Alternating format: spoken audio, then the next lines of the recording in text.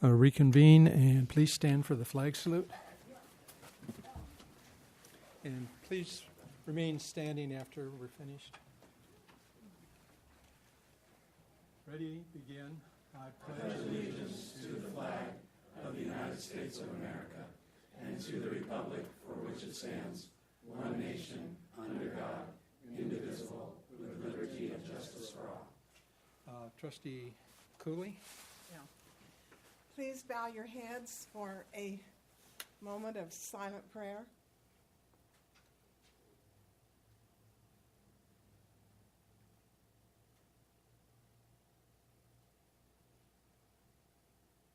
Thank you.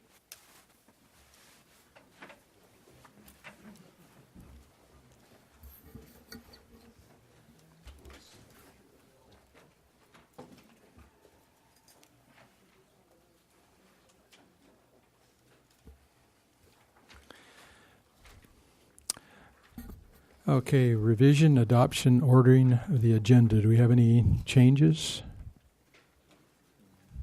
No? Okay, a motion, please. So moved.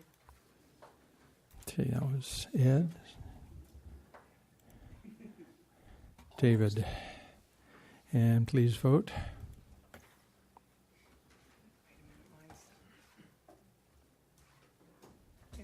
Internet connection has been lost.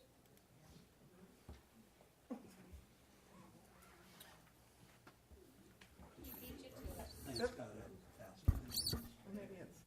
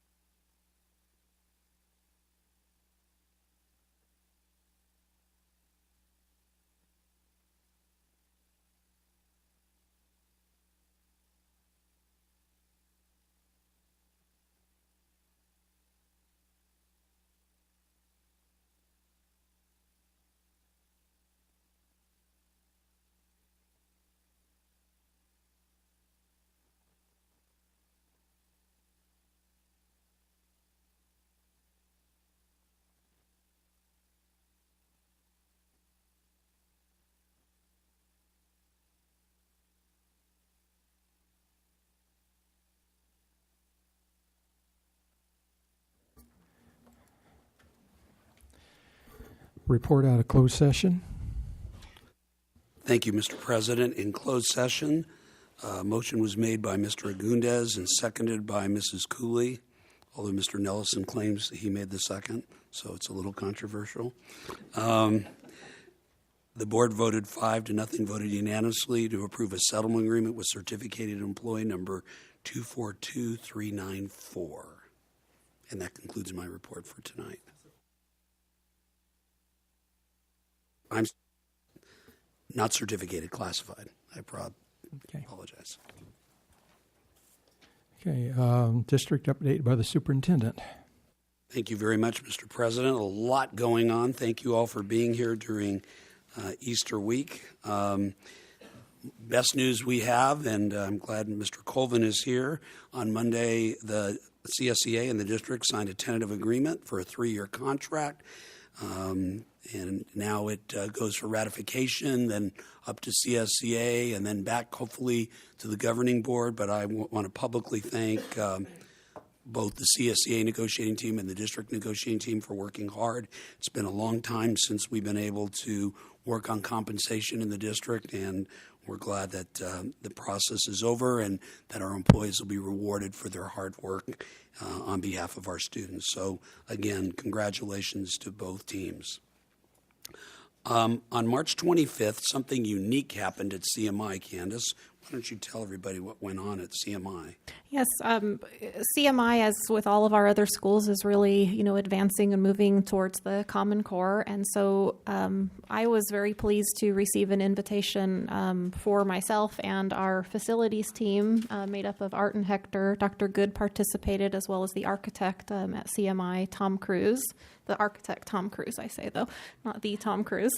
And so what each of their geometry classes had done is they had to go through and do a project-based assignment where they worked in groups to redesign the campus, and they had certain criteria to do that. All of them presented their projects to a judging panel at CMI, and then the 4 or 5 best groups then sat before, they called us the experts, and they had to go through a series of explanation, justification, use their skills from geometry, and it was just a really, really fun experience. It was really hard to put into words how each of us felt, but we were very glad to be a part of it, and most importantly, glad to see the progress that CMI is making, just like we know all of our schools are. Thank you very much, Candace. It's now time for the Rave Award. Do you want to introduce? Why don't you take care of it? We have some great employees to recognize tonight. So Mr. Swartz and I believe Plant Supervisor Jeff Perez from Paloma Valley and Mr. Williamson, the principal there, are going to come up and rave about some of our people. Well, thank you for the opportunity, Governing Board and Cabinet and members of the audience. The RAVE Award stands for Recognizing All Valuable Employees, and we have, this is an opportunity for employees to recognize other employees and the job they're doing, and tonight we have Jeff Perez, who is and Don Williamson as well. Why don't you come? No, okay. No, you're good. No, you stay right. To recognize some employees at Paloma Valley High School, and Jeff Perez is, our plant supervisor there. So, Jeff, I'll turn this over to you. Thank you. I just want to say that recognizing these individuals who have been working with the grounds department, I've been with the district for 5 years with Paris Union High School District, and I am one who is very, very picky on the way things look at the school district itself and at the school site. And these people do an awesome job in what they do. They take pride in what they do. You never see them in a negative work environment. Their attitude is positive. They're just so outgoing, and they really take some pride in what they do. And I'm just so proud to be part of that group, to recognize them, and to be working side by side with them. So these people, I would like for them to come up at this time, please. Yes. Let's do these pictures real quick. Let's do these pictures real quick. Okay. When all else fails, listen to your principal, right? I just wanted to take the opportunity so the board and the public could see what our grounds crew does for us. If you look at any of the greenery we've got on campus, everything looks absolutely manicured. It's like any park you could ever go to, any golf course. Everything is absolutely beautiful. Next year, Paloma's going to be 20 years old, and I've had people come on campus and ask if the school is brand new. And it's partly because of the great work the grounds crew does to keep everything in ship shape. Oh, is that ship shape squared? Yeah. It's been a long day. But earlier this spring, we had a tree that broke in a windstorm, and they were Johnny on the spot. They came and they cleaned it up. Today, they were on campus. Some of these pictures are rather dark because of the sunshine. They were on campus today, and they were planting new trees to replace other trees that had broken or had died in the past. And again, they just do a fantastic job, and we just wanted to tell them thank you for everything they do. So the first one goes to Enrique Pacheco. Is he here?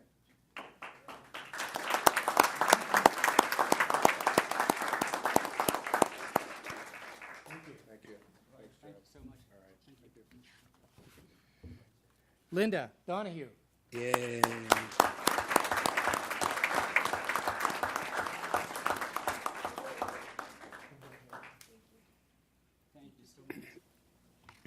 One thing I would like to say is that when Linda's on the lawnmower out there, she's actually picking up trash. I mean, she's not going to run over trash like I've seen, other school districts do. but she's out there. She really takes pride in what she does. And thank you. James Durant? Obviously, you're smart one. And Jesse and Cecil. But Jesse's not here. Jesse's not here. All right. And once again, just to underline what Jeff said, these guys do an absolutely fabulous job, not only with our site, but with every site in the district, and it shows. We want to just thank you personally. That's great. Yes, thank you. Thank you very much. All of our campuses are special in a certain way, but I have to also give Jeff Perez credit. If you walk on Paloma's campus right after lunch, either lunch, you won't find a piece of trash. Now, obviously, classified employees, administrators, everybody that's out there working with the kids take pride in what they do, but I think the pride they show in their school, that it rubs off on the students, because you can't have 1,200 or 1,300 kids eat lunch and not expect there isn't going to be some trash on the ground. But I think people who've worked at Paloma, including Mr. Hilton and others, have seen that there's something at Paloma these days about a clean campus. And we appreciate the fact that you make it look so beautiful so that the clean campus can even look better. Thank you again.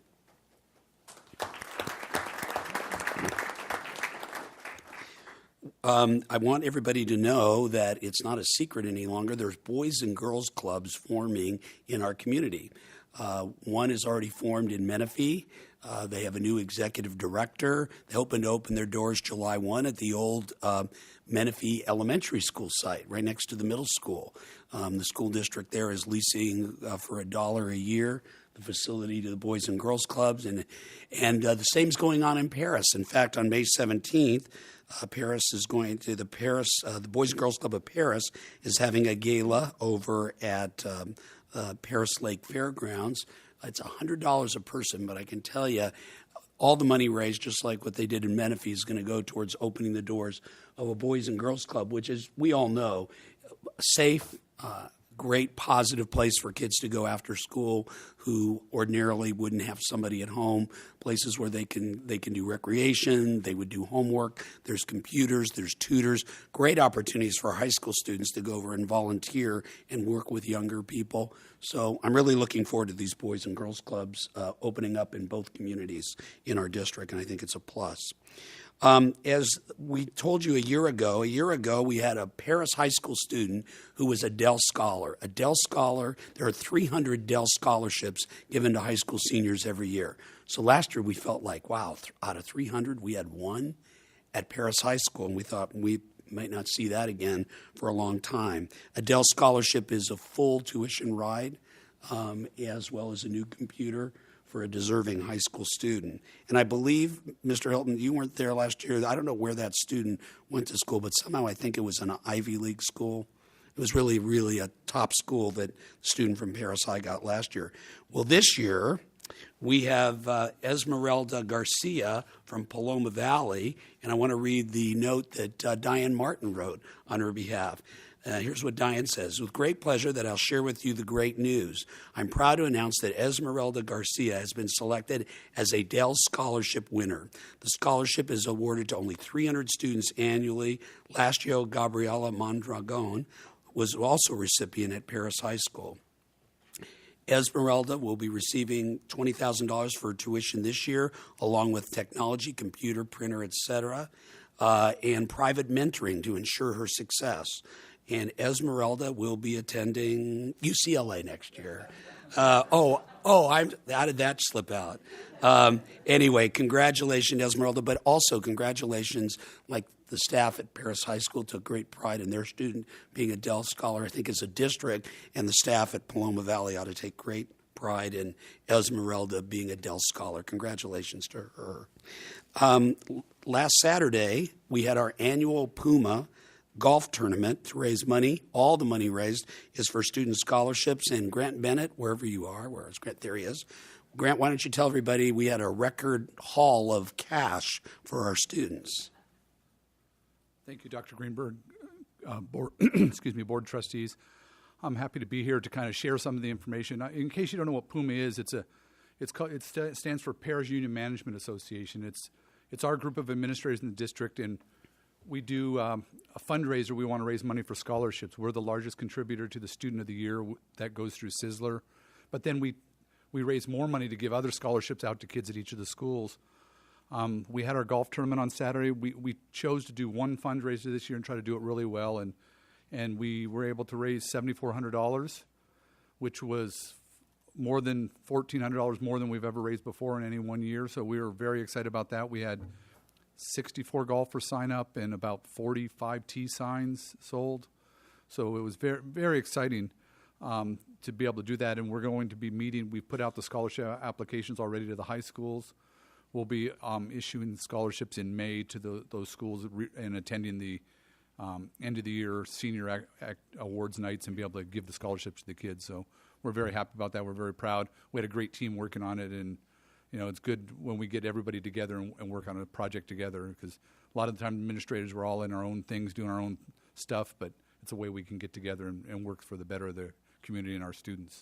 Thank you for leading it, Grant. I think it's a reminder, too, stay there at the podium, because I think we wanted to say that we didn't do it just administrators, although we organized it. We had teachers, classified employees, obviously the administration team, some of our business partners, and community leaders who joined in, played golf at Seven Hills in Hemet. And Jeff, I have to admit, it wasn't as clean a golf course as some of the golf courses here on this end of town, but they got the golfers through faster, which is really important, because on a Saturday, they don't want to golf for 6 hours. So again, Grant, your leadership made a difference. Thank you very much. Thank you. I had one other thing I forgot I wanted to announce, since I have the microphone for a minute. I'm sure the board's been notified, but I want to notify the public also that on Monday night, we have a administrators association that's for AXA, that's our local charter called RAXM, Western Riverside County Association of School Managers. And we have our annual awards night on Monday, awards/scholarship. And Jonathan Greenberg, our superintendent, is being named Superintendent of the Year that night, so we're excited about that. And Candace Rains, her son, will be receiving one of our scholarships that night also, so it's a good night for Paris. So. Not Candace personally, but her son, Brandon. Okay, all right, yeah, okay. Yeah. So I wanted to make sure we recognize Jonathan here in the public also. Thank you very much, Grant. I'd also like to announce that we have senior interviews going on at Paris High School and at Heritage High School in the next couple of weeks. Senior interviews are seniors who are graduating, dress up in their finest clothes. They get coached by their language arts teacher, and those of us in the community, business leaders, people around, get a chance to come in and interview our students like we're interviewing them for a job. And the problem always for me, and maybe a couple of others, when you sit down and hear, these aren't just our college-bound students, these are all of our kids, that you would be so proud to see how well they talk, how professional they are, how they're talking about their future. Very inspiring. And so I look forward, Mr. Hilton and Ms. Zierl, to participating in both of your senior interviews coming up. We talk about AVID a lot in this room and elsewhere. AVID stands for Advancement via Individual Determination. It's one of the most singular programs in this country that has proven successful in getting kids to college, students who otherwise may not be going. And this year, at a recent awards ceremony, Paloma Valley got an award. It says here, your campus has earned the 2014 highest enrollment of AVID students in one or more advanced placement course awards.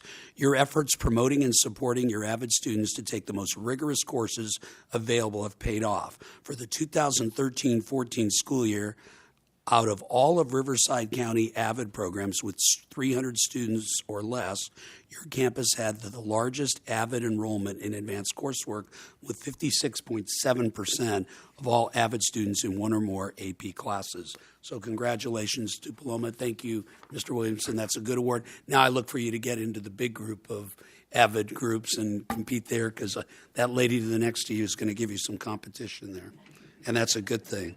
From Jason Miller, science teacher at Paloma Valley High School. He said yesterday, which was would have been April 2nd of this year, under the direction of our amazing physics teacher, Tony DeMauro, one of our students, Maylene Wizernata, I believe is her name, with a team of several other students, won the Riverside Inland Science Fair, Mr. Holstrom, and you and I saw their award for developing a machine that detects ozone levels as a predictor of earthquakes. That student, Maylene, and by the way, Maylene is a he will move on to the state science fair. And by the way, he's been accepted to Texas A&M University for geophysics, geology, double major. So congratulations, that's quite an honor for him.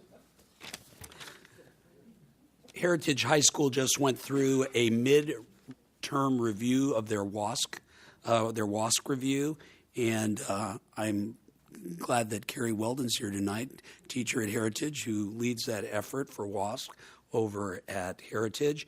And among the commendations that the two-person crew found for Heritage, no surprise, they said it's a state-of-the-art ag facility and department that is the 8th largest in the nation. Number 2, investment in technology, providing every student with a Chromebook and updating teachers to Macs, including making iPads available to teachers in addition. They recognize Heritage as a national demonstration school for AVID with over 400 students in the program. Number 4, that Heritage students have access to a myriad of co-curricular and extracurricular opportunities, including but not limited to clubs, athletics, Link Reel Plus, ASB, and the S3 grant team. Number 5, Heritage has analyzed data to monitor and improve student achievement by assisting students with completing A through G requirements and identifying students who are credit deficient. So congratulations. And while we're on the subject of that, the board and the community know that we'll be bringing to you an LCAP plan soon. In fact, we'll be talking about that later tonight. And with that, you have to think of ideas that are out of the box, ways to bring English learners, students in poverty, foster youth, special education students to close the achievement gap between other students and them. And one of the things that Heritage is doing, it's a unique counseling opportunity. And this comes from Coral Prendergast, counselor at Heritage High School. In an effort to support the district goal of raising our A through G completion rate to over 35%, the Heritage High School Counseling Department has come up with a plan. We are implementing a new program that we created called the Legacy Program. We've identified 180 students out of our junior class as legacy students. These students are either currently on track to complete A through G university requirements or can get there with a little help. We're having our first parent information night, which they did already on April 7th. We'll be informing parents about the fantastic things we'll be doing with our legacy students, including college field trips, SAT, ACT preparation, FAFSA application workshops. The counselors have made a personal plan for each student on their transcript, which the family will get at a meeting. It's going to be an exciting time to get these students pumped up about going to college and help them see why it's important to complete the A through G requirements. So I wanted you to know that, again, these are some of the things that you'll be seeing as we develop that LCAP plan. But again, congratulations to Heritage High School. Well, if you missed it, Mr. Holstrom and I didn't miss it. Last week or 2 weeks ago, Heritage High School completed their run of In the Heights, a musical at Heritage. Here's what I wrote. I sent a note to the director, Mr. Greg Newman. I said, last night's performance was nothing short of phenomenal. The acting, singing, dancing, and music were out of this world. Clearly, Mr. Newman, you are incorrect when you say theater at Heritage prepares students for an opportunity to act in college productions. Last night's performance is as good or better than any college production I've witnessed. I thank you and all of your team for bringing this modern musical with its immigrant story to the stage at Heritage. Bravo. And so, again, it's just a great opportunity to see our kids. The dancing was just amazing. The whole thing was, like I said, just out of this world. So congratulations to Mr. Newman. I'd like to commend tonight Robert Long, who's been a longtime swim coach and water polo coach at Paris High School. He's also worked at Heritage. Got a nice note from Athletic Director David Drake at Heritage. And he wrote this actually to Mr. Hilton, so I don't know how I got in the loop on this, but I'm glad I did. It says, Mr. Hilton, I wanted to take a few moments of your time to let you know how thankful we are at Heritage for all the help we've received from Robert Long with regards to starting our swim program at Heritage. As you know, we're starting up a swim program at Heritage and at Paloma Valley because of the new facility that's opening up. Earlier this year, I contacted him with some organizational questions and asked him advice for a few matters. He did not hesitate to help me, and when my coach, Mrs. Ellis, contacted him with questions, he was very helpful as well. Since their first communication, Mr. Long has been a consistent source of help for my coach, and she's extremely thankful for everything he's done for her. So, Mr. Hilton, I hope you'll share our thanks with Mr. Long for helping get those programs off the ground at Heritage and Paloma Valley. Upcoming end-of-the-year events, ladies and gentlemen, we're going to have senior award nights and National Honor Society inductions. You name it, your calendar is full between now and the middle of June. But one event that we don't talk about until after we do it is the solar boat competition at Lake Skinner that Joe Williams has headed up and been a part of for a long time. But this year, he's got help. Jed Butler, a teacher at Paloma Valley, Jackie Cooper at Paris High School, and Stacy McPherson at Heritage will be leading a group of students who are sponsored by the Eastern Municipal Water District. It's quite an activity. They all spend the night. Even though I live like about a mile away, I don't spend the night. But I do come, and it's really great to look at these kids. They have to, when they get their boat out of the water, they have to dry it. It has to pass inspection, and they put them through the rigors of really building a solar boat out there. And there's a lot of, it goes on for how long, Mr. Williams? How much time does it take from start to finish? Well, there you're back there. 2 90-minute heats on the water, and to test the endurance of the solar batteries and the panels.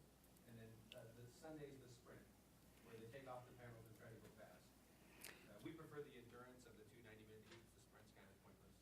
Right, and I have to tell you, they're all working on their equipment between runs to try to strengthen it and beat the other team. But I do know that it's nice to see the three schools come together and work collaboratively on that and do something really educational and fun. So congratulations.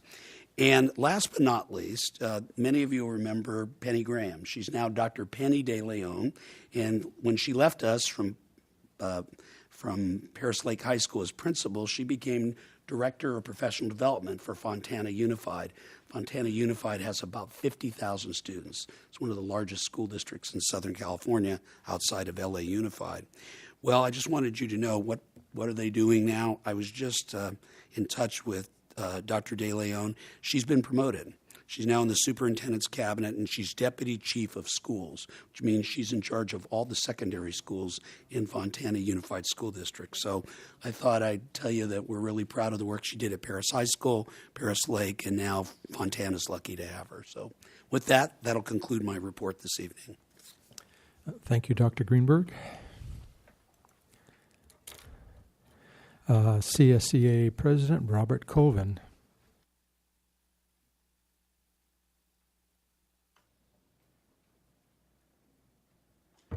Good afternoon, President Holstrom, board members, Dr. Greenberg, Cabinet. I'm on vacation right now, as you probably can tell. But just like back on Monday when I came in off vacation for our negotiations meeting, I figured this is important enough to come in and be here for this. So first off, I'd like to congratulate Dr. Greenberg on Superintendent of the Year and Candace for her son scholarship. That's what I said. I said your son. Okay. That's fantastic. Basically, I'm sure you've heard all about what happened Monday with negotiations. We did come to an agreement, tentatively, and so we have to get that all signed off by our team members and get it 610'd up to the field office and then back to our chapter for ratification, and we don't anticipate any problems with that. So we're going to be pushing that through, and so we came together a special meeting on Monday, and I think we worked collaboratively well to try to get this taken care of. Not everybody could be there. Thank goodness for technology with cell phones, because both sides were missing somebody, and we had to keep in contact with them through cell phones. So other than that, I don't have a whole lot to report, except we got a little bit of a breather right now before the next time we get back to negotiations, and I'm going to be enjoying that breather. Thank you very much. Thank you. PSCA President Paul Clay.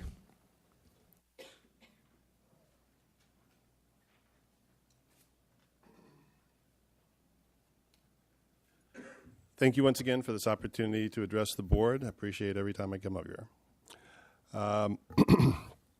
I do have to say that in some areas, the relationship between the PSCA and the administration, which has been strained, has improved over the last year. That isn't to say that it is without problem. We still continue to be plagued by several of the same issues that have been a problem for years. My speech today centers on issues of collaboration. My idea of collaboration is to sit, meet, talk, work things out, and discuss perhaps either proposals from the district or from the association. That hasn't necessarily been the situation recently. As you are aware, because I've shared this with you already, notification procedures, for instance, is one of those in which we have fought over a period of years to get the procedures in line with what we feel the code requires. The debate seems to be going back and forth, and it's been very challenging, certainly for me, to try and get a consistent answer from the district. We've been getting contradictory information, and ultimately we still feel that we're not getting the information we need as teachers to be aware of students in our classes who may pose a serious problem. I've shared these details with you before. The issue continues. It doesn't seem to be progressing. We have also found out, again, a lack of collaboration. We were informed that there would be an extended year program this summer without really working together with us to help develop that program. And we feel that it has several different challenges with it that we do not think that will allow us to support this. I have just signed a right to bargain, demand to bargain, I should say, over this issue. I know that the association has always been portrayed as anti-student in this regard. It is not. We do stand for having summer opportunities for our students, but they have decided to have this extended year program called the Accelerated Pathway. And while the expectation is that our teachers are going to get students through an entire class within 28 days, there weren't any discussions with us about exactly how we're going to do that. But there are other problems with this as well. And finally, at my own school, Heritage High School, there was an unusual part-time promotion that was made at our site without apparently the concurrence of the board or even awareness of the board or the administration. It was one of my members who was promoted, and he himself, we feel, did nothing wrong. He doesn't know about the complexities about how these positions are made. But it seemed to be a permanent part-time position. Certainly it was through the entire semester that he was taken out of classes, which had to be compensated for by creating classes for other teachers, 6-period assignments, and expected to be an administrator for 3 periods a day. This was also in violation of the contract. As president, I should have been notified anytime any member is acting as a designee for an administrator, and I was not so notified. This is, again, part of the continuing problem of lack of adequate communication and I feel collaboration between the PSCA and the administration.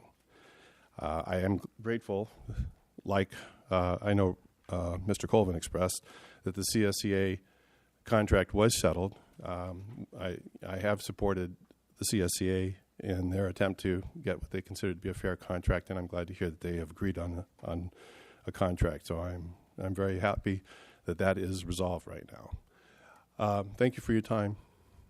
Any questions? Thank you. Thank you, Paul. Invitation to address the Board of Trustees.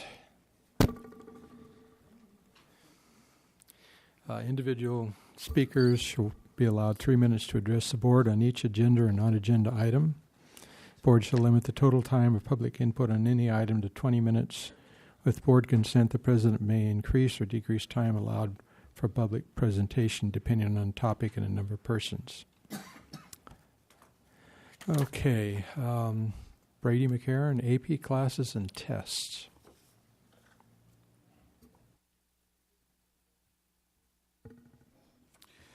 Good evening, Mr. President and board members, Dr. Greenberg and Cabinet, and all in attendance tonight. First, I do need to start off with an apology. Last month, my comments may have not come out as intended, as I intended them to.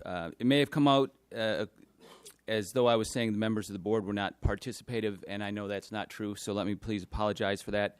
The point that I was trying to make last month was that I would hope in the future that a program can be created by the district that school board members can spend the day with or as an employee. I did not mean to say that the school board was non-participative. I was trying to get out that I would hope that a program could be created that school board members can spend a day on campus as an employee. So I apologize if my words came out wrong. I wanted to clarify that. But today I am here to talk about another issue that I hope the board can look into to help the students, and that is AP classes and tests. Recently, you may have seen the article in the newspaper about the Challenge and Index, which is calculated by the amount of students that are enrolled in advanced placement classes. The index shows the top 2,063 schools in the nation, and 16 of those schools are from in the inland area. Sadly, none of those 16 are from within our district. But I know we can change that. The simple answer is to enroll more students in the AP classes. But those of us who care about the students' future know that enrollment in the classes is not enough. It is about taking and passing the tests. And this is where I discovered that I believe to be the problem. It's the cost of the exam. Yes, the district does have a waiver for those that get free and reduced lunches, and that is a great program. But then we have those parents who make just enough not to get reduced lunches. But let's be real, they may make enough not to get reduced lunches, but they don't make enough to truly survive. The tests this year, if my information is correct, were $50 each per class. And that's only because the state of California gives an additional waiver to lower the cost of the original $89 per AP test.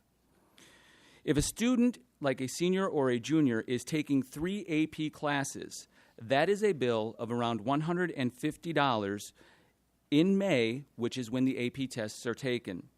Many families would have a problem coming up with that much money at once for their students to take all 3 AP tests. Now, I'm not sure if you know this or not because we try to keep it silent, but in March, myself and the staff at CMI pooled our money together so that every single student in the AP classes was able to take their AP test scores if they could afford it or not. It's great if the teachers and the staff can do that, but it shouldn't have to be that way. One possibility to fix this problem of students and parents not affording their AP tests is to allow them to pay maybe in monthly installments, $5, $10 a month, so that they won't have a large bill come test time. So in summary, let me say this. My hope is that somehow, knowing the opportunity and head start and importance that AP classes have and the tests have, we as a district need to put more emphasis and, yes, maybe even a little bit more money to offset the cost of the test. Even a little bit would help, so that all students, and I mean all students, no matter who they are given that extra incentive to succeed. Our district will get the respect that we have earned and deserve if we do this. Thank you. Thank you, Brady. Question?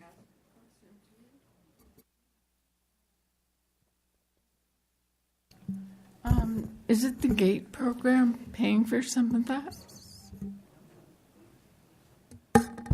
Not at this time, but we have considered different options on how to fund AP tests.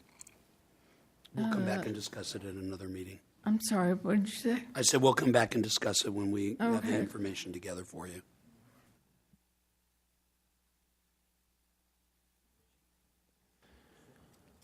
Okay, consent calendar, approval of consent calendar items. Motion, please. So moved. Second. Ed and Joan. Any questions or comments? Okay, please vote.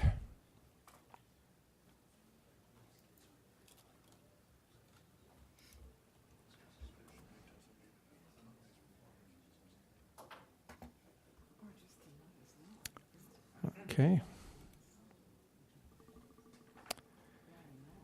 Introduction of promoted or new employees. Yeah, I forgot to do this at the last board meeting in March, but at the last board meeting, the board promoted Hector Gonzalez to be our Director of Facilities. We're not going to have you come speak, Hector, but stand up for everybody to see you. Hector Gonzalez. We are so proud of the work that Hector has been doing for us for a long time, coming up from being a classified employee into management and really having his hand on all the new projects in the district and making sure that the contractors do exactly what they're supposed to do. So thank you very much, Hector. Jesse Flores has been approved tonight as one of our new assistant principals. He'll be at Benicati Middle School. He could not be here tonight. He was on vacation, so we'll bring him back on May 21st governing board so you can see him. You've seen him before. He's actually presented here with Mr. Morgan, so he'll be at our next meeting.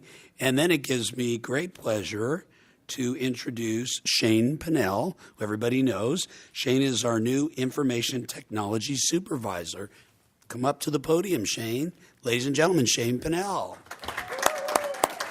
Thank you very much. I'd like to thank the Board of Directors for this opportunity, Dr. Greenberg, and the Cabinet. I'm very excited for the opportunity to continue working in this department. I'd also like to thank my director, Joseph Williams, and I'm very excited for what's to come for us. So we have a lot of work to do, and it's going to be a good time. Thank you very much. Yeah, and I really, while you're here, I think it's a great note that we're a one-to-one district, and with your director's help, who has the heartbeat of teachers and understands you can have all this great equipment in the hands of students and our teachers, but if it's not being used to promote the education of our students, then it's wasted. And I know that we've been a leader as a district in doing it, and you've had a big hand in that, helping our teachers along. So look forward to you in your new position. Thank you. Congratulations. Oh, no problem. That's it. Okay, 4th Annual Paris Sports Challenge. Governing board, every year we do a sports challenge at Paris High School where our special education students get to compete. Our athletes are there, and now it's grown into the three. Is CMI involved as well? I don't think CMI. The three comprehensive high schools are involved. So I'm going to let the staff of Paris High School tell us all about that. So, Mr. Shaner, are you first? Yeah. All right. Are you sure Ms. Dow isn't first? Or is Mr. Hilton just going to watch you guys up there? All right. Well, good evening to the board and to the cabinet. We had our 4th Annual Sports Challenge. Once again, we had Paloma Valley High School, Heritage, and Paris High School participating in the event. It was a really successful event, and I'd like to personally thank Marcy Savage for being instrumental in getting things to work this year for us. The event is a great time for our special education students to collaborate with the general ed students as the general ed students train and work with these special ed students for a number of weeks and then help them throughout the whole event. So it's really great for all of our students and just for everyone involved. I just wanted to thank all of the teachers and the staff that were involved to pull this off this year. I'll just go off of what Shaner said. Is that okay? Sorry. I'll just go off what Shaner said. Is that this is really important for our students to participate in.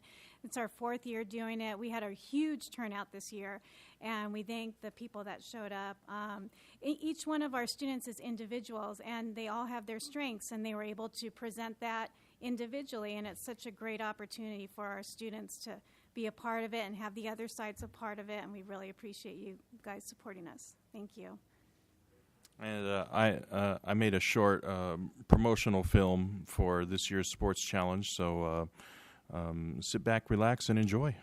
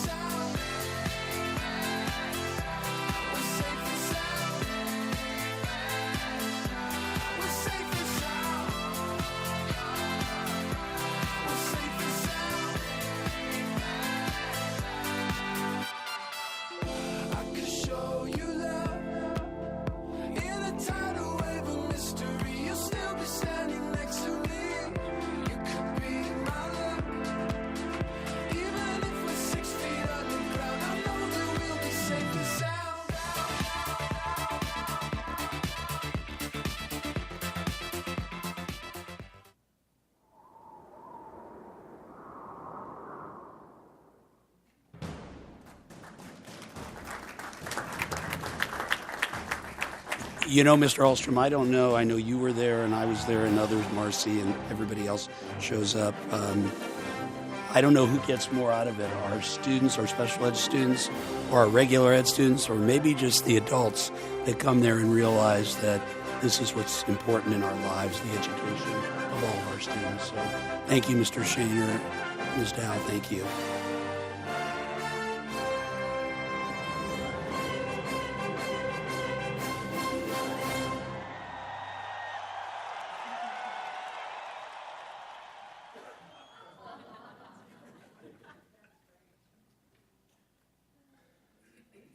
It was an enjoyable thing to watch the kids out there doing their best, whatever this activity was, but it was fun for me.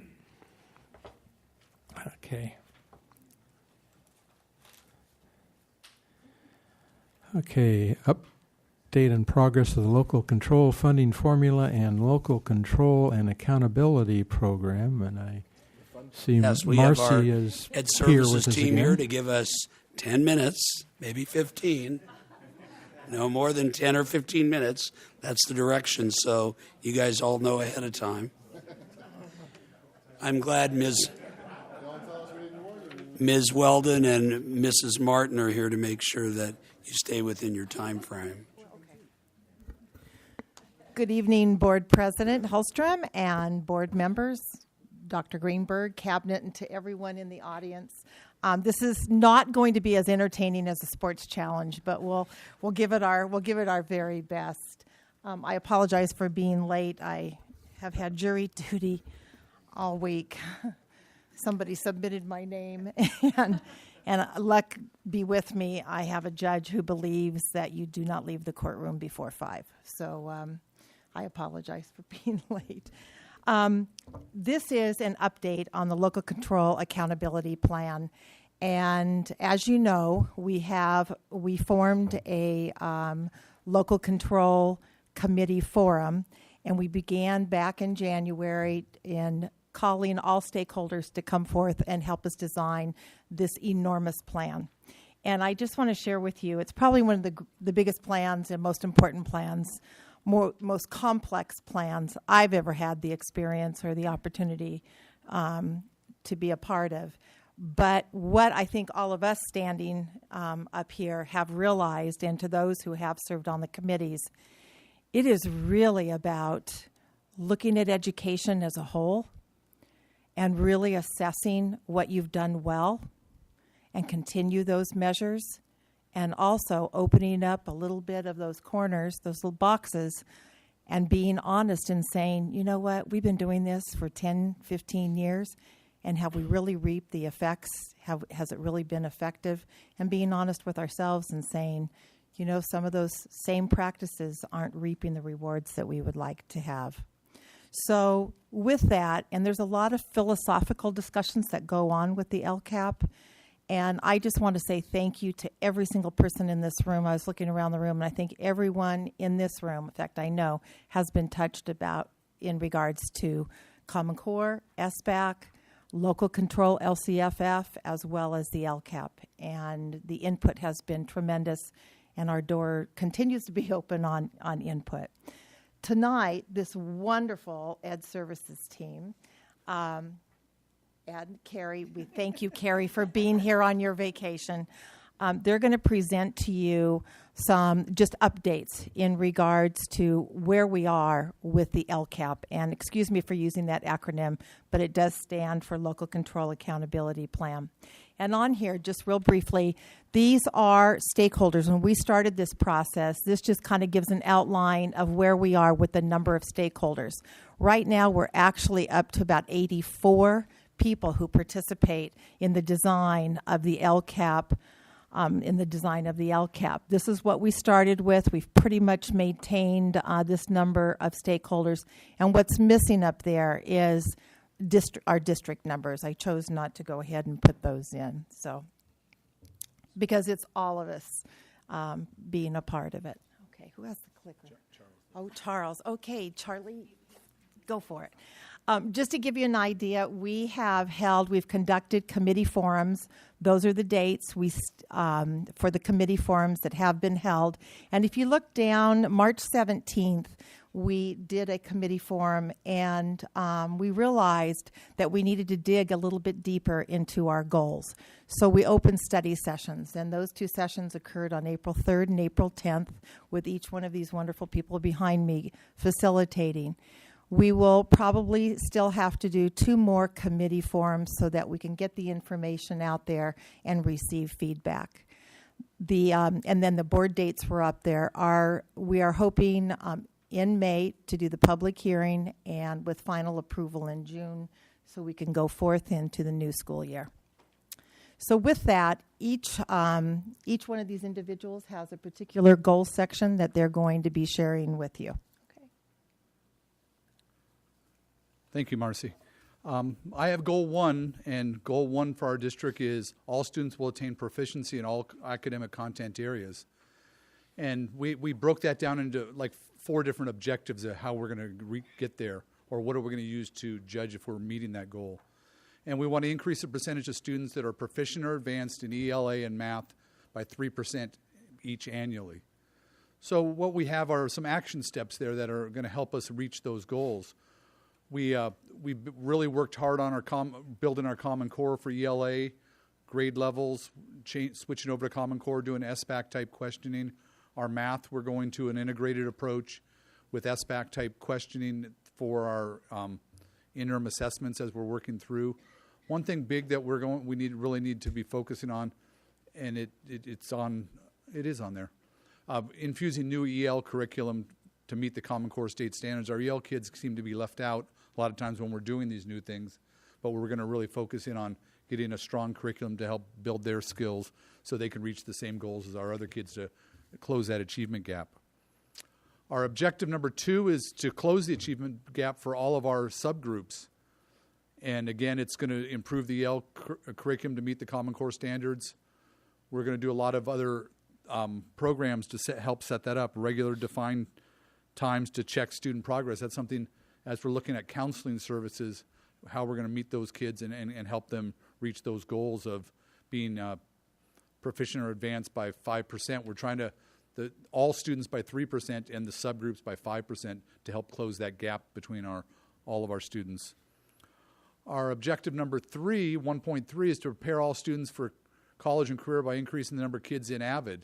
We know AVID is a well-designed program that helps kids reach those goals, and we want to raise the number of kids in AVID because we know if we get them in AVID and keep them in AVID, they're going to be successful and be on that road to being college or career ready. Whether they choose to go to college or not, that's up to them, but we want to make sure that they're on target to meet those goals. So we're going to really work on getting more kids in AVID, training more teachers, and keeping that moving forward, because it's been a real strong progress for our district over the years. And then the last one in this goal is 1.4, focus on our middle school kids, because those are kind of left out sometimes in our thoughts. We want to raise their scores by 3% in both ELA and math from their previous year. And one of the action steps there you see is incentives for students meeting goals. We want to promote those kids that are doing the good things. And the second one there is aligned with Objective 1.1. It's all those things that we're doing for all the kids at the high school level. We want to really focus in on those middle school kids to try to raise their scores, because if we can get them doing better before they get to all the Pinacati kids, before they get to Paris High, that's even going to push Paris High to a greater number. So we're excited about that. And the team has worked really hard. Dr. Greenberg and Mr. Swartz are both in my team. And I think one of my other members, Princess Choi, is one of our members, and we've met and really discussed these things, and we feel like we're in a good place right now. So I'm going to turn it over for goal 2 to Mr. Tippy. Thanks, sir. And goal number 2 has to do with getting kids ready for college and career readiness. On the electronic copy, there's a link to the full focus group where we met. We identified strengths and weaknesses in the data, and then from that came with the action steps. So goal 2.1 is to increase the percentage of students meeting the graduation requirements. Ideas for implementing action steps in year 1 included offering credit recovery options, and we wanted to do that sooner and have a variety of learning pathways. So examples being Saturday classes, online blended courses using Chromebooks and Haiku learning management systems, 0 period, 7th period options for students. So just giving kids a lot of opportunities to get caught up on their credits. Year 2, we would continue focusing educational opportunities for parents and really focus on targeted academics. What can parents do to help their kids be successful in school and meet the graduation requirements? And then we also talked about having dedicated staff member. It could be a counselor or someone that was really dedicated to focusing on educating parents on course requirements and, once again, college entry. And then we also identified a need for Spanish-speaking staff within the counseling department and the schools to help out our Spanish-speaking parents. Year 3, offer remediation courses, so semester repeats, but just, once again, giving kids lots of opportunities to meet the graduation requirements. Goal 2.2 has to do with increasing percentage of students meeting the college A through G requirements. So A through G being course requirements to enter into the California State University or the UC systems. Year 1, we're already working with our staff to do course audits, so making sure that the students are actually enrolling in the correct courses for A through G. Also enhancing our parent education programs to talk about financial aid and pathways for college. A lot of our parents are unsure about actually paying for and footing the bill for the college, so we wanted to educate them on financial aid and avenues to actually finance college. And then we wanted to give our kids opportunities to interact with the community, so that would be just real-world learning opportunities and local businesses, internships, apprenticeships, and job shadowing. And then year 2, I had several current and former assistant principals over counseling, so additional counselors were an important component of that. So just having the staff to encourage kids to meet the A through G requirement. And then a bigger one was separating the foreign language and fine arts categories in our Paris Union High School graduation requirements. So a lot of kids would take fine arts in lieu of foreign language that would be good enough for our graduation requirements, but they don't meet the A through G college entry. Year 3, revise our district graduation requirements to align with the state requirements. So our current requirements hinder students' ability to meet A through G college requirements because we require additional coursework that the state doesn't. So that would eliminate the official health and geography requirements, blend those in with health for during PE, and world geography in the upper level, world history, U.S. history, government, and econ courses. Goal 2.3, we wanted to increase the percentage of students passing and scoring proficient on the KC. Year 1 would be additional intervention programs and pre-assessment, so we want to monitor student performance, give them the intervention they need. Also a big focus on writing, so we're teaching more writing, which aligns with the Common Core and Smarter Balanced assessments. Year 2, there's some great free online resources from the Khan Academy, so that's a Casey preparation course, so having students complete that prior to their 10th grade year, and then additional mentorship programs and opportunities for students to connect with staff and other students on program. And then also a summer bridge program to build the prerequisite skills and adding a 2-year plan for students to get them ready for the Casey. Goal 2.5, this had to do with increasing the percentage of high school juniors qualifying for their early assessment program. So currently that's assessed with the CSTs. Starting in the 14-15 school year, that'll be replaced by the Smarter Balanced assessments, which we've all seen that that's a very different type of assessment. So there's constructed response items and more difficult assessments. So we want to expose our kids to those types of assessments early on and throughout the school year, and starting in the 9th grade. And then also increase communications with parents so they understand the importance of the college entry assessments. And then year number 2, this assessment that will allow students to test into English 101 or Math 101 will be testing students on the Algebra 2 requirement. So we want to make sure that the kids take those courses by their junior year. And then year 3, we wanted to make sure we hire enough highly qualified teachers. So that included having a master's degree in the content area, ELA or math, so that we can offer more dual enrollment courses. So that was goal 2, and I'm going to pass this on to Mr. Newman, who's going to talk about goal 3.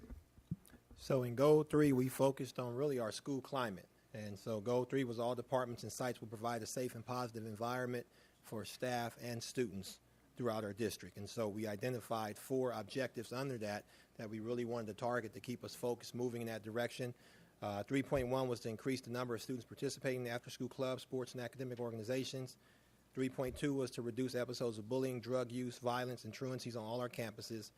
3.3 was to maintain and build positive and safe working environments for staff and students on all campuses. And then 3.4 was to reduce the total number of suspendable incidents and days of suspension by 3% annually. So those are our specific objectives. Our group went through the process. Charles, just excuse me a second. Board, they've hit 15 minutes now. Do we want to let them continue here or what? Oh, I have a comment to make, and I hear it not only around the district, but I go to Escondido and I volunteer in schools down there. And just in general, I know it's required, but are we doing all this to add more work to the teachers and just turn people off from going into the teaching profession? Because I know a lot of teachers say, here, in Escondido, they show me the added work to their classroom, and then we're supposed to teach and be enthused and all of this, and the accountability thing, and we're supposed to do that too. And I just wonder if we're really doing a detriment to even having teachers come into the program. Let me just respond. I just want to remind everyone that these are recommendations, and in the design, the development of the LCAP, we have to have stakeholder input. So as these groups came together, these are recommendations phased over 3 years. They are not set in stone, and they're going to happen. To answer your question, Jim, absolutely not. It is not to put more on. Well, we have, or it is putting more. Well, just Common Core and SBAC and all the new pursuits are huge. We don't have a choice on those. So we're really trying to keep it as minimal as possible. A lot of the things that are being presented tonight are already happening. They're already in place. So Correct, because I see what they have in Escondido. And so we're not here, I mean, that is not the goal. And I think, and I appreciate that, we need to be sensitive to the impact on those who are out there, all our employees. because the teachers have to prepare for class every day, get all their lessons, and then all of this added to it. I don't know if I'd want to be a teacher nowadays. Well, I think this year was probably, because it's such a huge transition year, I don't know if anyone else in the room. Well, and feels it's not your fault. I'm just. But we're all feeling it, and we do need to protect that. Okay, back to my. I apologize to Charles. Shall we give them another 10 minutes to see if? Yeah. Yeah. I Okay. need about 2 minutes. I'm done. Good. Okay. We took about 3 of your minutes of your time. We'll give you 10 more minutes. Hopefully, you can summarize and. Yeah, I'm gonna move through Charles. very quickly. Yeah.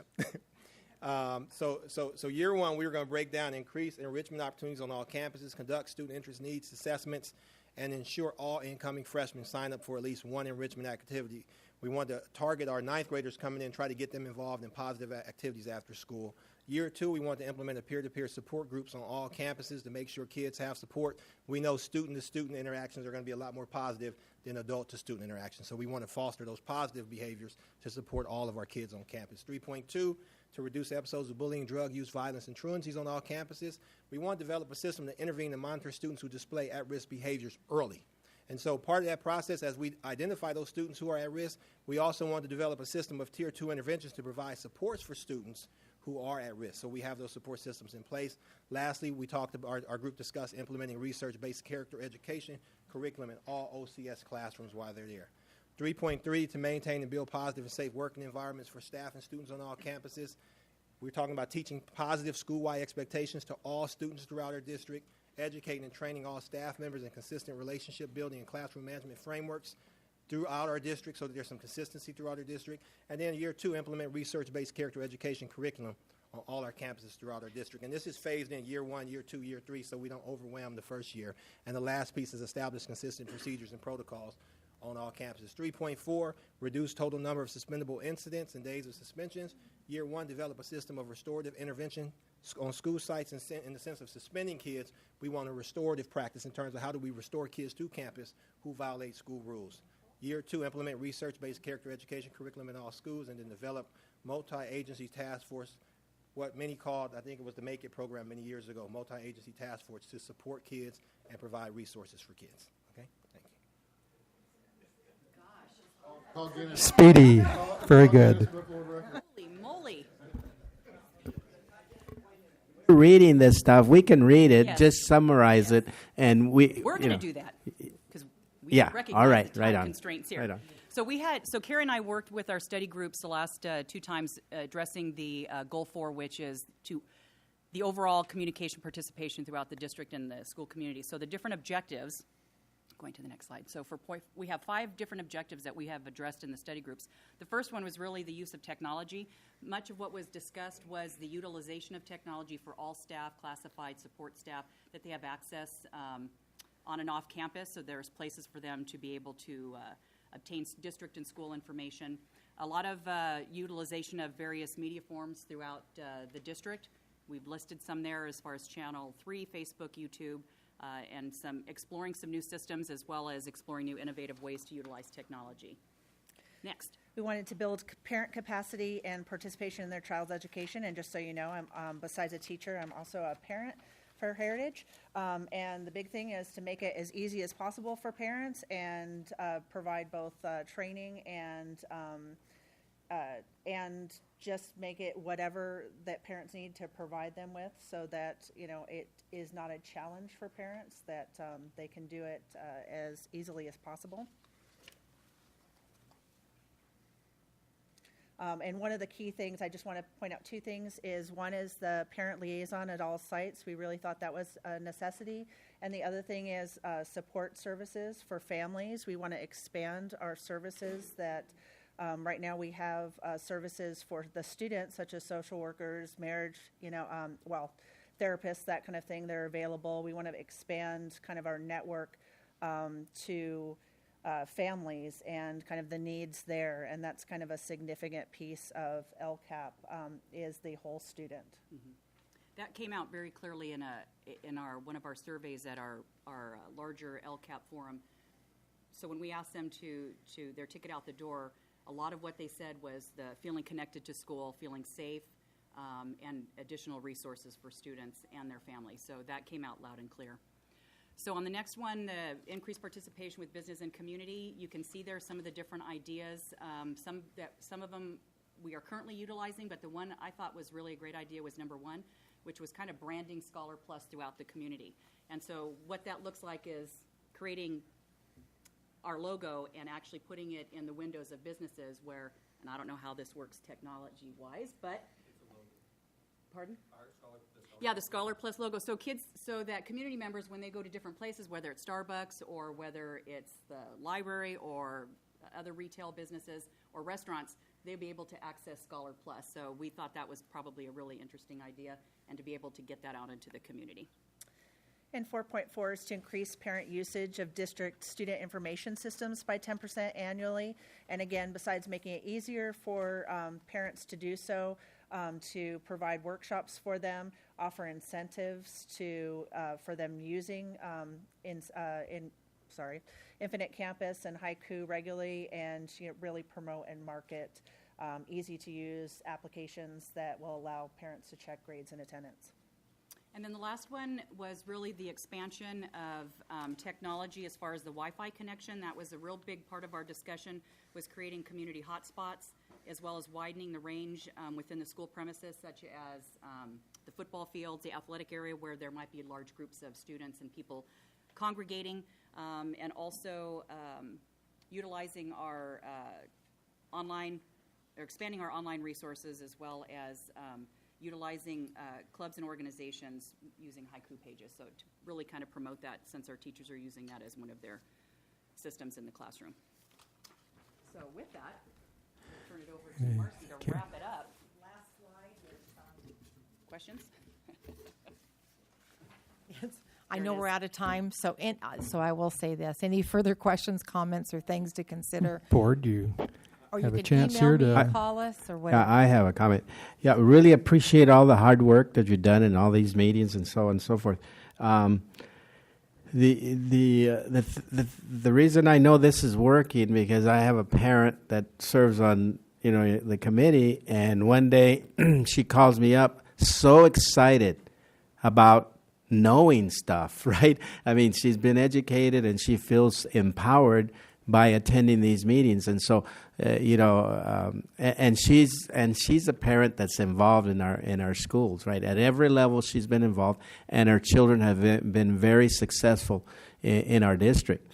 And so for her to take time out, and she, going on raving as to how you were providing, and she mentioned your name, for example, and how you provided a lot of information, and said, we're ahead of many districts because she knows other, I won't mention district name, but she said, I don't know what they're doing, but we are on top of it, and she felt empowered. So congratulations, and thank you for a job well done. Thank you. I have to also say thanks to Human Resources and Business Services, because LCAP is an integration of all departments. It's not just an ed service focus and endeavor. And so all of us are working together whenever we can find a couple minutes here and there. So the meetings are always open. The one thing we're realizing as well is that those committee forums that we started with to gather input, we need to continue those throughout the process, probably for the next 3 years, to keep everything alive and to keep parents, such as the one you mentioned, well informed, because the parents we've learned so much from them. And the students as well. So thank you. I think it's important to point out, Marcy, as a summary to kind of respond to what Mrs. Cooley's saying, is Tom Ashley used the phrase soft grand opening this year for us because we were so far in front with the technology. And when it comes to the technology and Common Core, the instructional shifts are historic in public education. And so our trainings are being put on by teachers for teachers. So it's somebody in the classroom. It's like Princess Choi and others who are presenting to other teachers, and yet they have the credibility because they're doing it in their classroom. And so we understand, Mrs. Cooley, that this change is arduous. It's frustrating, and our goal is to not lose anybody in the process and still encourage people that teaching still all about that connection between teacher and student. I hope our goal of our staff, everybody, part and create more work for them. Yep, it's building from building the capacity from within. So add more, right? Thank you very much. Thank you, all of you. Appreciate it. Okay.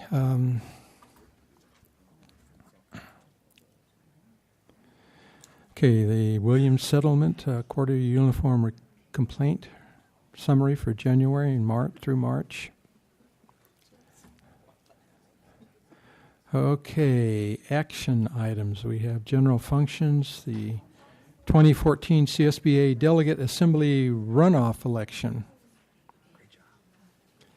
So we have to vote between two people for this one position. Yeah, I nominate, what's his name?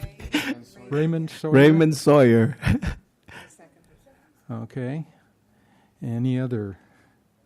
Okay, I guess we can vote. Take a vote on it. That everybody would like Raymond Sawyer. Just say aye. Well, I know him. I know him. I like him, and I've worked with him. Yeah. You know, I see him everywhere I go. Yeah, I've had some interaction with him and went to some parades with him. So he's a nice very guy. positive. Yeah. So, yeah. And he's in where's in Valverde, right? Valverde district. Yeah. That's our neighbor. So. Okay. I think Carolyn had her hand up too, so I think it was 4 for her, for him, for Raymond Sawyer. Okay. The next item is. Okay, see. Oh, okay. All right, we did that one. We didn't vote on this thing. I mean, we didn't. Okay, adoption resolution 23-13-14, trustee compensation for missed meetings. Mrs. Cooley was missed the last one. So moved. So moved from Ed and David. And please vote.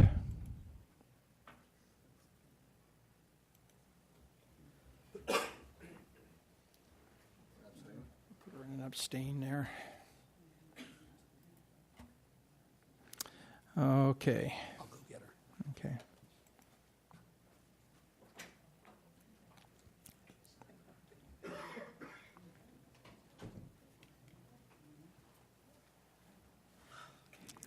Okay, General Function Resolution 24-13-14, proclaiming the date of May 14th, 2014 as Day of the Teacher.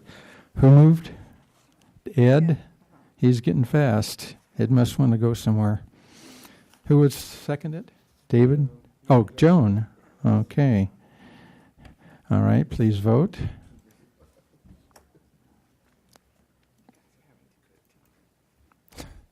I was going to say, if you would have asked me, we have some really fabulous teachers in our district, and we're happy to recognize them. Okay.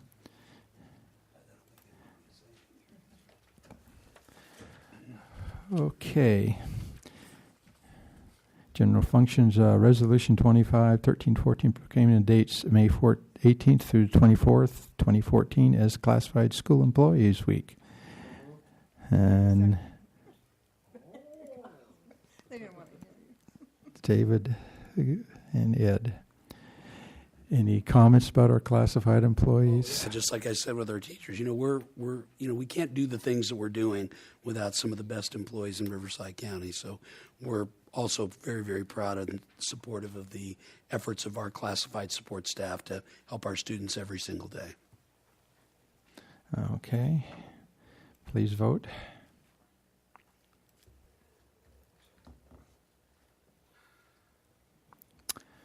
Okay. Okay, Building and Grounds public hearing regarding adoption of alternate school fees is justified in the 2014 School Facilities Needs Analysis and adoption of Resolution 22-13-14. And this is a meeting here. It's recommended we have a public hearing on this. Our time in is 6:31. 6:32. Is this where I read this thing? It is. Okay. The board now opens a public hearing of the adoption of Paris Union High School District's 2014 School Facilities Needs Analysis and alternate school facilities fees in compliance with Government Code Sections 65.995.5, 65.995.6, 95.7 and Education Code Section 17620. Copel and Gruber Public Finance has prepared the 2014 SFNA, which is now being considered for adoption in compliance with all applicable statutes and regulations. Have any written comments been received by the district as to the proposed 2014 SFNA, and if so, have such comments been forwarded to and been considered by all board members present as included in the agenda materials for this meeting?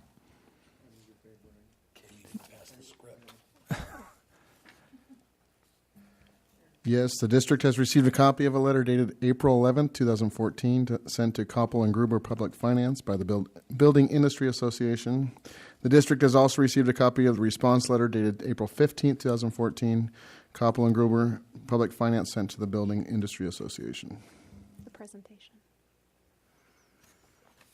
Mr. Floyd of Copel and Gruber Public Finance is here to explain the response. He's got a presentation that Sarah's bringing up here.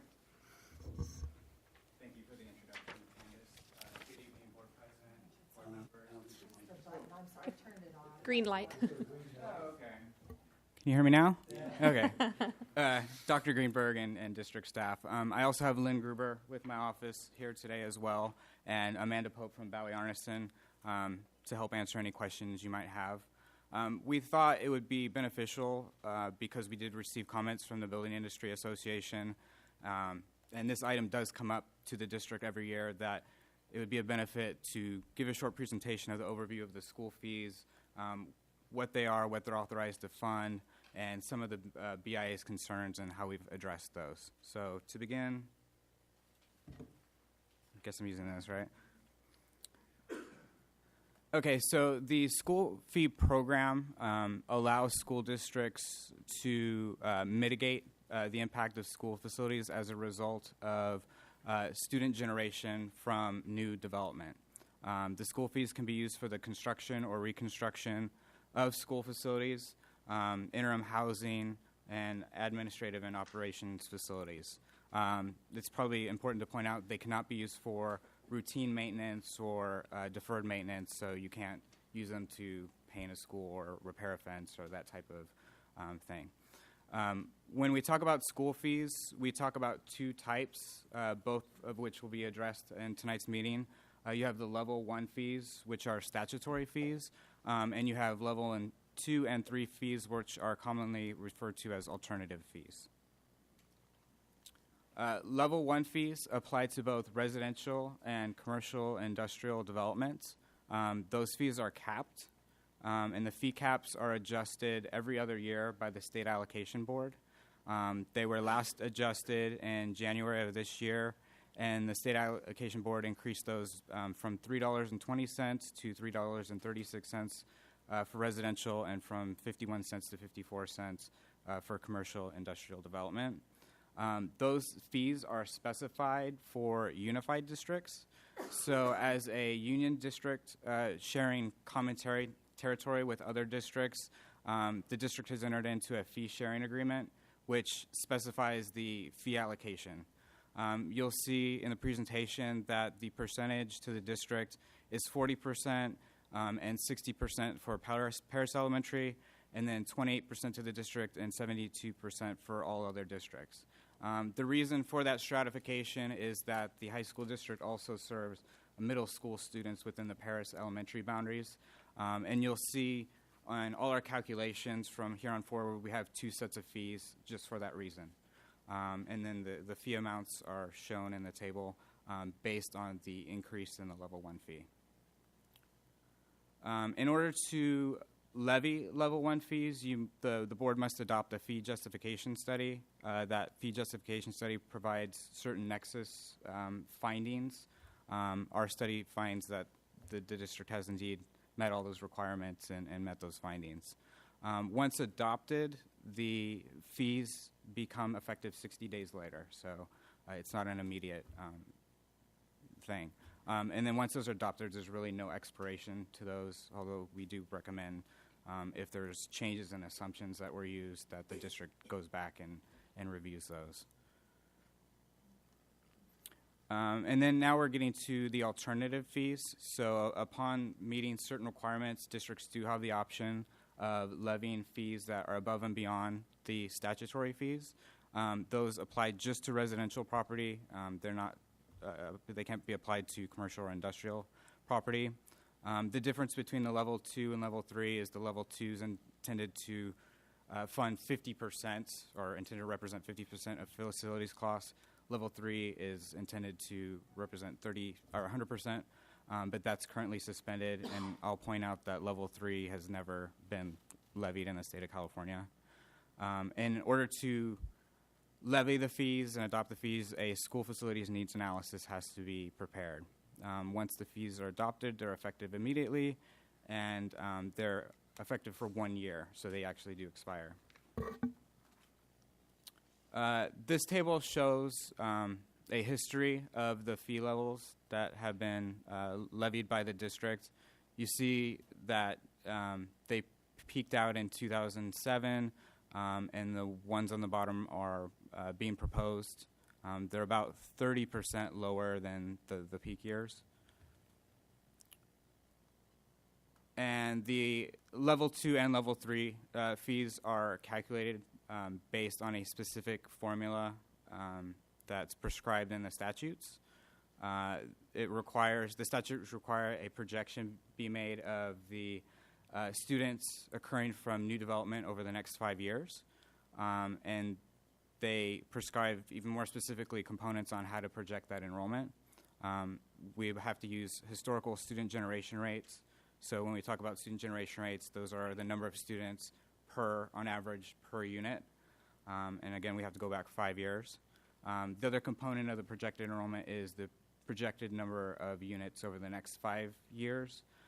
We work with the local planning departments very closely in obtaining information on what's being planned. We actually send our projection letters out to the planning agencies to either confirm or amend those projections. And then once we have those, we can project enrollments over the next 5 years. Once that enrollment is projected, there are specific costs that can be included in the calculation. One is the per pupil grants. Those are actually established by the state. And also site development and site acquisition costs. Those can be included up to 50% of the cost attributable to the projected number of students. Then once we get the fees or the cost amounts, we divide it by the projected square footage to come with a cost per square foot. Now, this is one thing we noticed when we prepared the study is we did include site acquisition costs based on a letter provided by the Building Industry Association in our discussion with the district's consultants. We determined that because the district owns a middle school site and a high school site, and the projected enrollment does not necessitate the acquisition of additional sites, that those costs should be removed.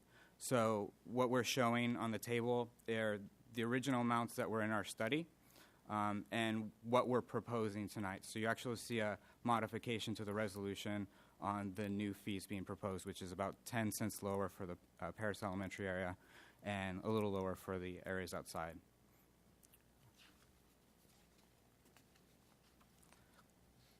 This shows a fee comparison from year to year. So in the Paris Elementary area, we're proposing actually a fee increase of 11 cents from the alternative level 2 fee adopted last year. The area outside of Paris Elementary, the level 2 fee is actually below the level 1 fee. So the level 1 fee will become effective, and coincidentally, that matches the level 2 fee that was adopted last year, so there's really no change. One concern from the building industry was that the combination of the level 2 fee adopted by the Paris Elementary District and the proposed level 2 fee proposed for adoption for this district equals $5.01. And just taking a sampling of the districts in the surrounding area, this tends to be one of the higher amounts. But if you observe, according to this chart, Val Verde, which is right next door in close proximity, is pretty close to the combination of those two fees, which is what we would assume, or it makes sense to us because of the proximity and the student generation rates in those areas. And I think I covered that. And then we also think the fee is fair because if you look at the proportional amount between the level 2 fee being proposed and the combined fee in the area, it's 33%. So that's actually either in line or maybe a little lower. So we think that's a fair fee. So before I open it up to any questions, I just want to reiterate the modification to the resolution. That's in section 25 and 26. So those are the new fees that we're proposing that are outlined in there. So any questions or comments?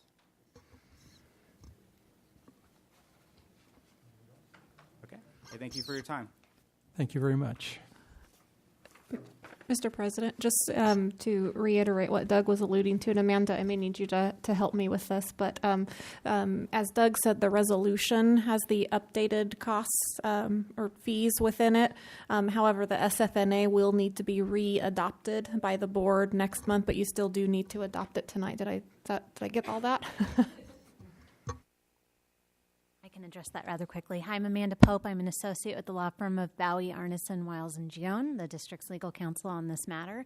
And yes, while the resolution has been revised, and you've been provided with that this evening to adopt the lower fees as presented in the presentation, the actual report that's been available for 30 days to the public and was provided to all interested parties has the higher fee.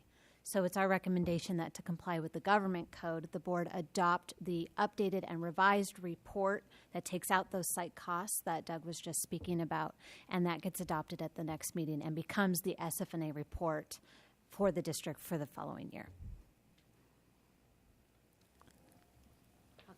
Okay. So I continue reading, right? Okay. Okay. Is there anyone present who wishes to comment on the proposed 2014 SFNA and SFNA resolution and/or? If so, please state your name prior to making your comments. Okay. Hi, Mr. President, members of the board. My name is Nathan Miller. I'm the Director of Government Affairs for the Building Industry Association, and we're essentially a trade organization that represents single-family detached home developers. First, I can't emphasize enough how grateful and appreciative we are of working with your staff and your consultant as well. They have been a pleasure. It's been a very transparent process, a very professional one, and we greatly appreciate it. It's not always that case, but they listened to our concerns. We had very reasonable discussions and an exchange of information. We appreciated their addressing our concerns, and we greatly appreciate the recommended decrease in the fee. What I did want to speak to is with regard to the information that I've left you that should be in front of you. I have a list of all the school fees. So you saw an example of a couple of the school fees there, some of the higher ones. Val Verde, they were initially recommending a $5.76 increase. The board voted that down, and there was a 60-day postponement. They're going to bring that back. Their recommendation is $5.57 right now, but they are currently still there at a level 1. It would actually be quite a significant increase, and that hasn't been resolved yet. But if you pull that out, it would make this district one of the highest fees in the county, and we do recognize that there are some unique characteristics of the Paris Elementary School District and the Paris Union High School District. But also what I've included is some information about the pace of development that's been taking place throughout the county, and you can see there specifically the pace of development in Paris. There's some historical data that shows you the numbers of permits that have been pulled, and this is for the whole city of Paris, so obviously there's going to be less in this district, but for the past 20 years. But you can see I've also included permits that have been pulled in the city of Paris last year, and then we only have 2 months of data for this year. But what I can say about the pace of development this year as compared to last year is there's been a significant slowdown. In western Riverside County, we've seen a 44% decrease in development in the first 2 months. And builders are concerned about what that means for the future. Obviously, between March and probably August, that'll be telling to, depending upon how that turns out in terms of what the future may hold for building in Riverside County. But it's a fragile time for the industry. We still haven't broken the floor of where we were at the bottom of the market in the 90s. We're still significantly below that. So that being said, with the pace of development, what builders do is provide jobs for people throughout the county. And it's a cascade of work. When the recession hit, the Riverside County region was hit worse than almost any other place in the entire country because it was housing-based and our economy is dependent upon the pace of building. Several school districts, city councils, the county worked with the BIA and reduced fees during that process in order to stimulate job creation, and I'm happy to say that it's worked. We've seen the region slowly begin to recover, but we're entering into a phase where there could be another correction, and it is still fragile. There are cities that have worked with us that have amazing results in terms of the pace of building there. Responsible building. We want to build affordable homes. We want to build quality homes in this district. And honestly, the builders want to make sure that their fees go towards building schools. Great schools sell homes. And we find no significant fault with the recommendations of the consultant and your staff. And again, we greatly respect the work that they've done and what they've put together. But with the pace of the market, the BIA would like to recommend that we feel it's in the best interest of the school district and our industry in terms of the mutually beneficial relationship that we have, that the board currently make a motion to freeze the fees where they're at currently. It would be good for the district. It would help incentivize job creation and building. And hopefully the information that I put before you kind of paints the picture of where we're at. And that's essentially what I have to say. And again, I do want to thank the staff and your consultants for the great work that they've done and the relationship we've had with them. And does anyone have any questions? Anyone have any questions, comments to what he has said? So you're saying to freeze the fees, including the lower fees that they were recommending, the 10 cents? They're recommending $1.64 for the region in the Paris Elementary School district boundaries. The other portion of the fee would statutorily increase. There's no argument there. The current fee in the Paris Elementary School district boundaries is $1.53. So they're recommending the 11-cent increase. And already the decrease is very appreciated. In some projects, that'll mean the difference of about $250 per home. That's a savings. If you're building a 100-home development, that's $25,000. That's significant. And to keep the fees where they're at right now would mean an additional savings of that amount. And that allows them to price the homes a little more affordably. And it's a competitive market. They want to sell homes. We want to sell homes in your district. Anybody else? Okay, thank you very much. Thank you. Okay, and I assume we have no other people wanting to come up and speak. Okay, the board will now entertain a motion to adopt the oral responses of the board member, district staff, and our consultant as the board's responses to each of the oral comments received. You need a motion? I think that's what it's asking for. Okay, so moved. Second. Okay, Ed. And David. Okay. No questions or any comments. Okay, so please vote.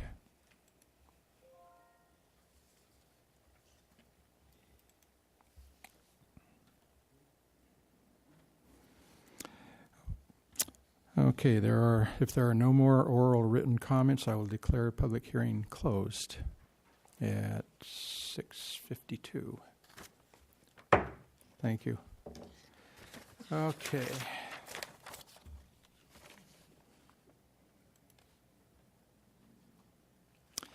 Building and Grounds, public hearing, adoption of Resolution 26-1314.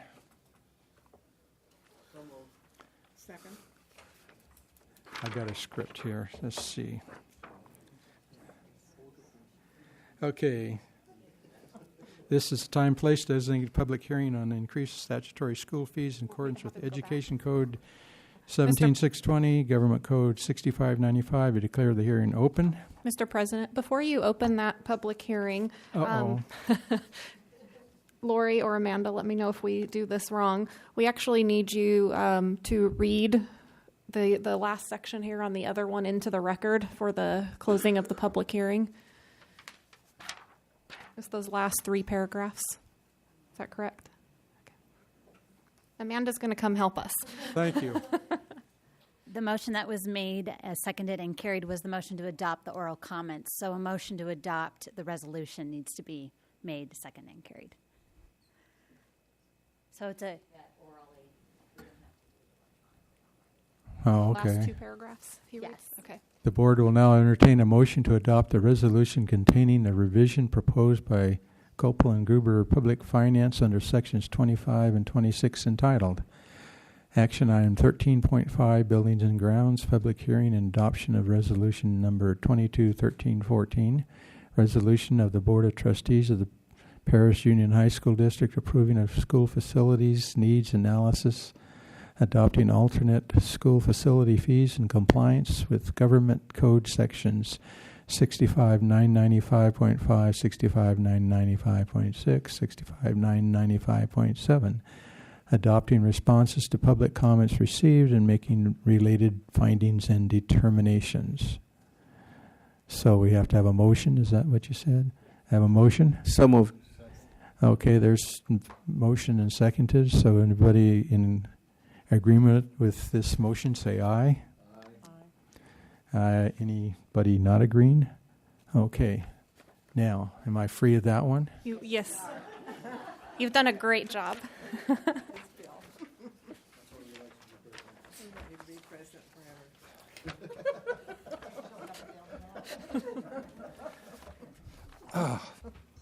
Okay, now we're in a new one here. Okay, we're going to...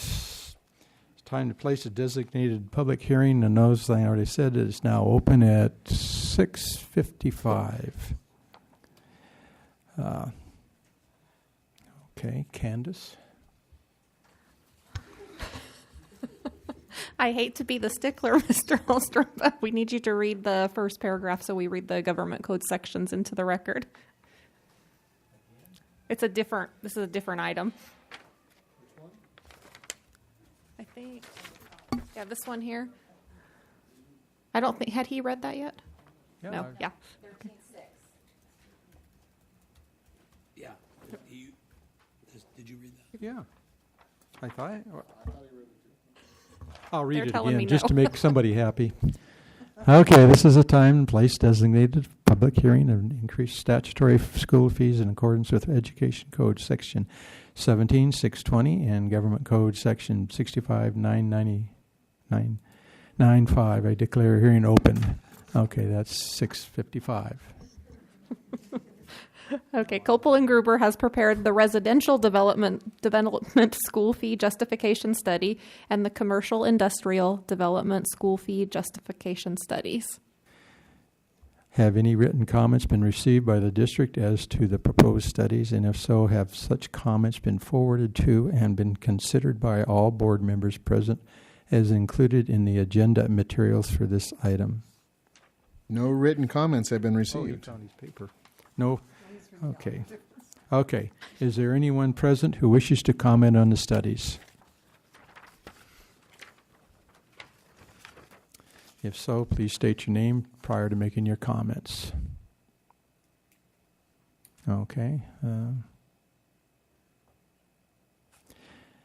If there are no more oral written comments, I declare public hearing closed. Did I do it right? Is he okay?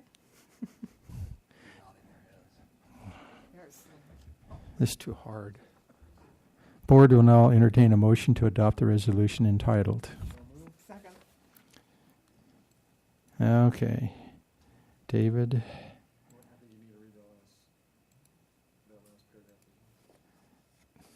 Okay, I got to read it, but whatever. All right, public hearing, adoption, resolution 261314, resolution of the Board of Trustees of Paris Union High School District approving an increase in statutory school fees imposed in new residential and commercial industrial construction pursuant to Education Code Section 17620 and Government Code Section 65995 statutory school fee increase resolution. Thank you. Any comments? Okay, please vote.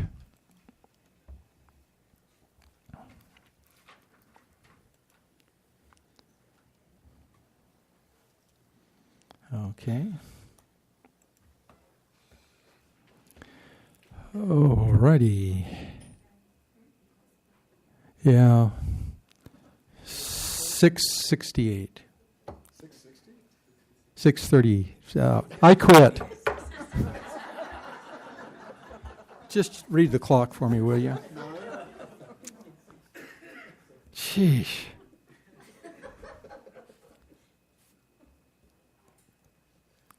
Okay. New course. This is exciting. Engineering, Design, and Development. Curriculum, revised course, Science, Agricultural Biology 1.0.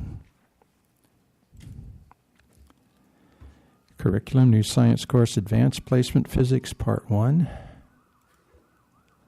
Oh, they're after me. Oh, Business Revolving Cash Report, March 2014.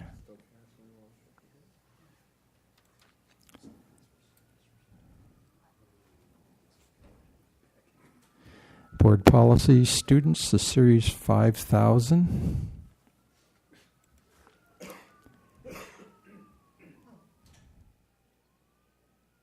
Board Policies Instruction, Series 6000.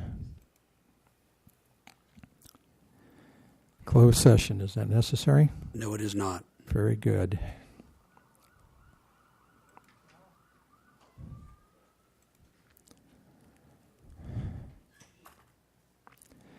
Okay, discipline, board review of student discipline matters, approval of administrative hearing panel's recommendations. Do I have a motion? So moved. Second. Joan and Ed, please vote.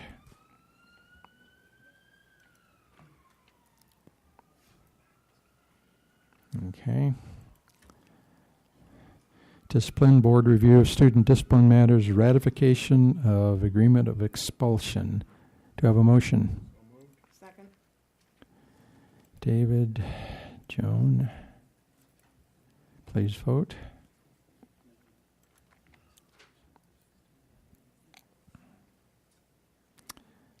Okay. Action items, discipline, general functions, reinstatement of student discipline matters. Motion, please. So moved. Second. Please vote.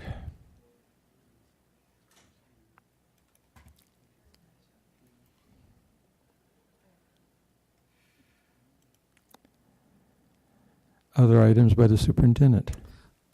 Under the introduction of new administrators or people who've been promoted, I was going to do it at the next board meeting, even though you approved it tonight, to make sure Mr. Burns was here. But Tate Burns, who was at the academy as an assistant principal, is now permanently at Heritage High School. He's not here tonight, but we'll ask him if he is available to come to the next board meeting. So you can recognize he's done a great job at Heritage, and we're all happy for him. And with that, it also means that Chris Rabing on July 1st will become our Director of Fiscal Services, and we're very proud of the work he's done and know he'll continue doing a great job for us. But Chris is over here. Let's congratulate Chris. Since you probably don't want to come and speak, we'll save that for another day. Okay, thank you very much. Other items by the board? I was hoping that you would be able to add a section or information on unification on the website. Mrs. Twyman, I looked into it, and all Menifee has on their website is old information from what the two districts have collaborated in the past. There's really nothing new on the Menifee Union School District website. Mrs. Ortel pulled it off for me, and it's just a rehash of, where we were a couple of years ago when the boards met and discussed unification. So I think there's an intent on the part of both districts to get together again and talk about that topic and other things. So. Yeah, the reason I brought it up was I was actually impressed to an extent that they even put something on the website. Right. Well, the only thing, and certainly I'll take direction from majority of the board, but I just want to make it clear, it's the Menifee Union School District that would become the Menifee Unified School District. So it's really their issue. If I put it on the Paris Union High School District website, we have other communities that will not be a party if unification occurs. So it's up to the board. I mean, certainly we can include a link on our website about unification. I just don't know what I'd say at this point because unification isn't going to happen until that high school's built, and nobody in this room has an idea of when that might happen and then how the process would proceed. I mean, that's the intent of both districts at one time, but that was a different board here, and that was a different board there. But a link might help, like you said, if there's a link, so they links them back to. Oh, to the Menifee? Yeah. Oh, that's a good idea. Yeah. So a link back to the Menifee. Yeah. Oh, that's a good idea. I'll talk to our director of technology or our new supervisor about that. Great idea. Thank you, Mr. Agundes, for helping me solve that problem. You must have been a superintendent before, I'm just guessing. Thank you, Mrs. Twyman. I have another comment. I know we have security at our schools, but can you just quickly review, like at each school, the kind of security we have?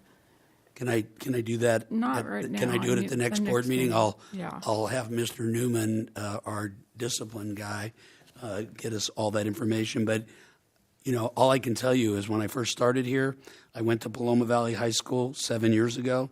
I didn't have I had my badge on, but my name tag, but I didn't have a badge. And the campus supervisor at the gate said, I told them I was superintendent. They said, I don't know who you are. So I went, and that was a good question. I went back to the car and pulled my information and my driver's license and showed them who I was. And so we have pretty good. No school any school can be penetrated in America. We've seen lots of stories of that. But Mrs. Twyman will certainly review our current security procedures at all our schools at the next board meeting. Thank you. Ed, anything? Oh, no. David? I just wanted to bring up a topic. Somebody I know has been hired by this district this month, and she couldn't come up to me fast enough to tell me how thrilled she was with the whole process, the whole human resources process, all the trainings that she said it was very professional, and she really, and coming from a different district, she thought that you guys here had your stuff together and everything was seamless and it flowed pretty well, and she was signed up for benefits really quickly and everything else. So I just wanted to come and congratulate the people that I don't have all the names of the people she worked with, but all the people in the office that helped her. You guys apparently did a great job. So congratulations. Thank you. We'll make sure I pass it on to our department. Joan? As far as Brady was talking about on the testing and the cost of it, certainly I would be willing to help, as a lot of other people would too, because I certainly wouldn't want any kid not to take a test because they didn't have the money. So, and I'm sure the principals would agree, and they could contact us, and I have a network of deep-pocketed friends who would cough up some money. Oh, I thought we were going to bring that up. Is that the gate thing?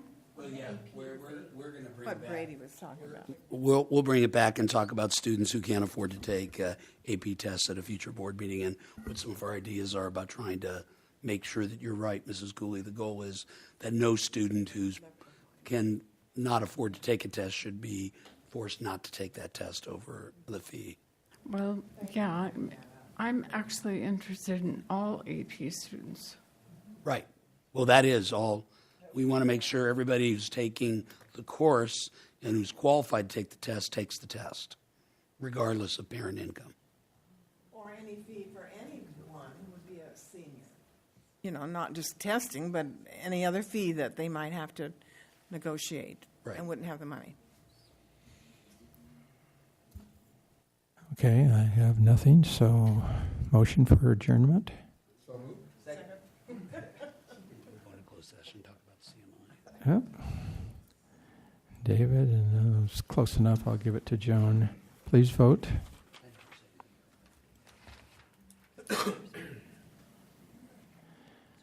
Okay.